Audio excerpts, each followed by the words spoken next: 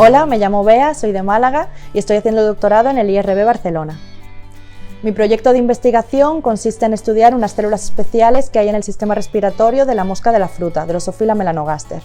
Utilizamos este animal en investigación, la mosca de la fruta, porque tiene tres ventajas especiales que la hacen muy interesante para utilizarla en un laboratorio. La primera es que, aunque no lo parezca, tienen mucho en común con los humanos, tienen hasta un 60% de los genes en común con nosotros, lo cual es muy útil para estudiar enfermedades en ellas. Además, una mosca adulta hembra, feliz y bien alimentada, puede poner hasta 40 huevos en un día, lo que hace que podamos estudiar fácilmente la descendencia. Y además, ocupan muy poco espacio, como veis aquí, podemos tener un montón de moscas en un tubito como este, lo cual hace que sean muy fáciles de utilizar. El ciclo de vida de esta mosca, de Drosophila melanogaster, dura unos 10 días, desde que la hembra pone el huevo, del huevo sale una larva que se alimenta durante unos 3 días y luego forma la pupa o el capullo, del cual después de unos 4 o 5 días sale la mosca adulta.